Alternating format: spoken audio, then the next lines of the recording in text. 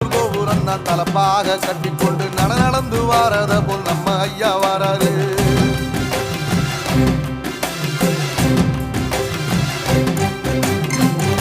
கொடுத்தது என்ன சீதக்காரி இறந்தது என்ன ஐயா உசுறு வர அள்ளி அள்ளி தருவாரு.